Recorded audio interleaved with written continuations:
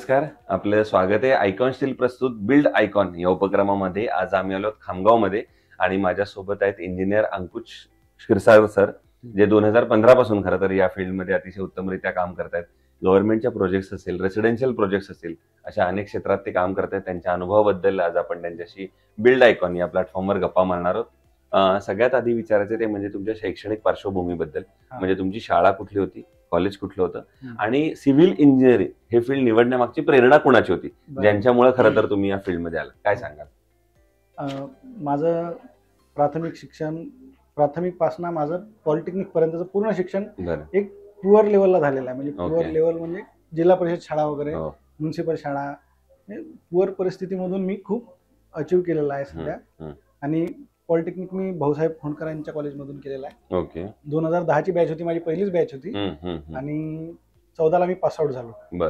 त्यानंतर मी श्री संत गजानन महाराज संस्थानचं जे एक मोठा प्रोजेक्ट आहे तिथे मी 3 वर्ष सेवा केली.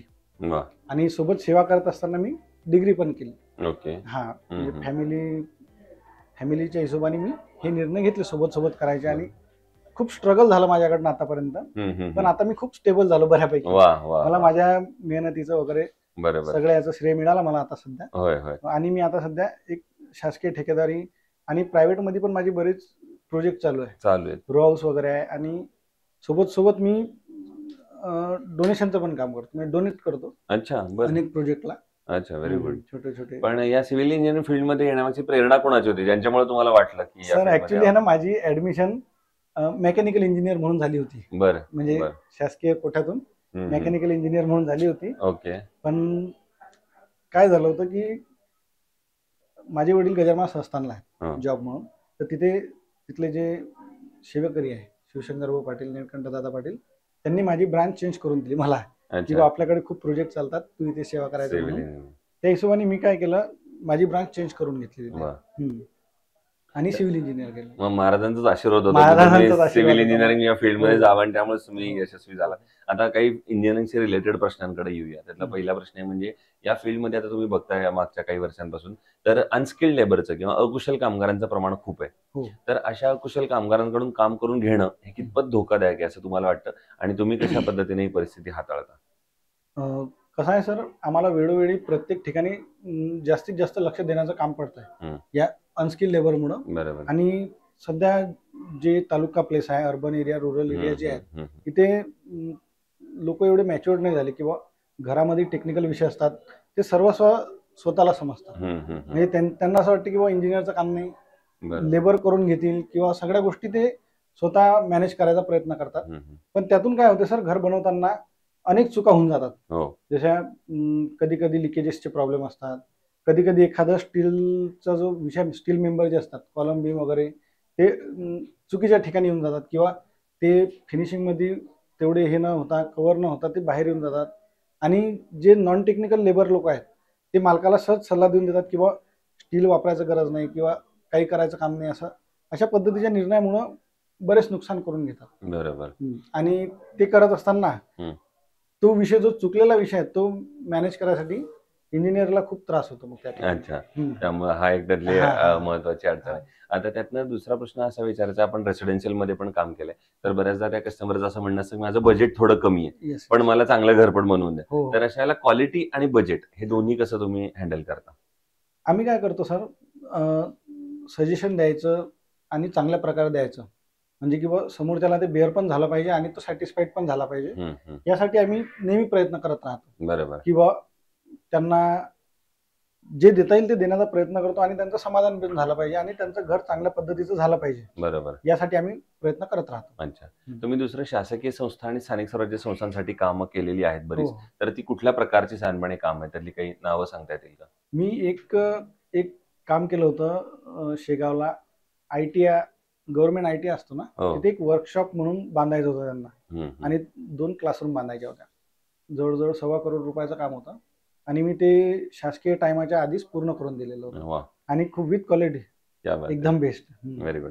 दुसरा प्रश्न असा आहे आता की तुम्ही स्वतः एक इंजिनियर आहात इथले मूळचे रहिवासी आहात म्हणून बुलढाणा जिल्ह्याच्या विकासाचं व्हिजन असं जर तुम्हाला विचारलं तर तुम्हाला कुठले मुद्दे डोळ्यासमोर येतात की या मुद्द्यांवर आता काम केलं गेलं पाहिजे जर बुलढाणा जिल्ह्याचा सर्वांगीण विकास आपल्याला हवा असेल तर एका इंजिनियरच्या नजरेतून तुम्हाला काय वाटतं कुठल्या क्षेत्रांमध्ये काम केलं गेलं पाहिजे? मला असं वाटतं की सध्या एक सिव्हिल इंजिनियर म्हणून मला एन्व्हायरमेंट हा विषय खूप अति महत्वाचा वाटतो. कारण की विदर्भामध्ये खामगाव, अकोला वगैरे म्हणजे हे जे बुलढाणा जिल्हा आणि अकोला जिल्हा जो आहे त्याच्यामध्ये खूप टेम्परेचर वाढलेलं आहे सध्या आणि त्याच्यामध्ये एन्व्हायरमेंट इंजिनिअरिंग खूप महत्वाचं काम करू शकते. सोबत बांधकामासोबत एन्व्हायरमेंट पण तेवढंच महत्वाचं आहे. बरोबर.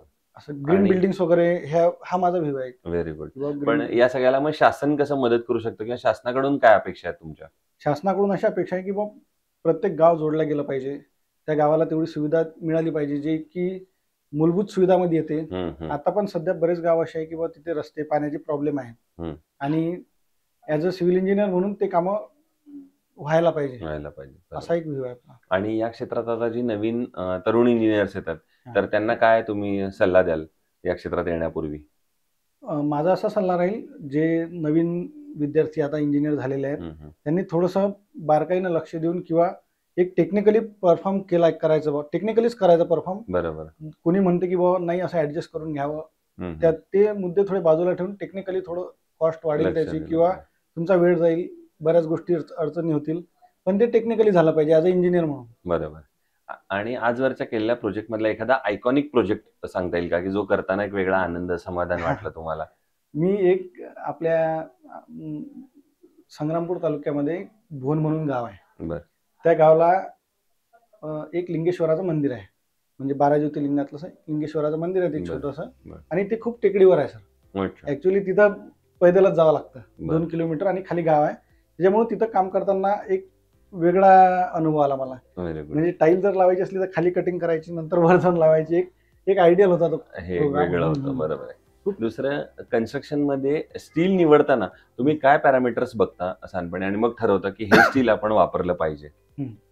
स्टील निवडताना आम्ही जनरली जे त्याचे स्पेसिफिकेशन आहेत ॲज पर स्पेसिफिकेशन स्टील जे मिळतं किंवा ओव्हरवेट नसलं पाहिजे, अंडरवेट नसलं पाहिजे आणि ओव्हरवेट अंडरवेट सोबत आम्हाला फ्लेक्झिबिलिटी महत्वाची आहे टेन्साईल स्ट्रेंथ वगैरे आणि बऱ्याच गोष्टी किंवा जे स्टील आम्हाला इझी मध्ये मिळून जातं. इझी मध्ये म्हणजे इझी टू अवेलेबल आम्ही ते स्टील वापरतो. बरोबर. आणि आयकॉन स्टील याच्यापूर्वी वापरलंय का? तुमचा अनुभव कसा होता? मी आयकॉन स्टील वापरलेला आहे. बऱ्याच ठिकाणी वापरलं मोठ्या मोठ्या प्रोजेक्ट मध्ये पण वापरलं मी. आता जस्ट माझी एक 15 घरांची स्कीम चालू आहे शेगावला SBI कॉलनीमध्ये आहे तिथे पण मी आयकॉनच वापरतो. सो हे होते इंजिनियर अंकुश क्षीरसागर सर आणि आता तुम्ही तुमच्या अनुभवाबद्दल सांगितलं येणाऱ्या भविष्यात सुद्धा असेच आयकॉनिक प्रोजेक्ट तुमच्या हातून घडावेत याच आयकॉन स्टील कडून मनपूर्वक शुभेच्छा. खूप खूप धन्यवाद. थँक्यू. बोलवल्याबद्दल खूप खूप धन्यवाद.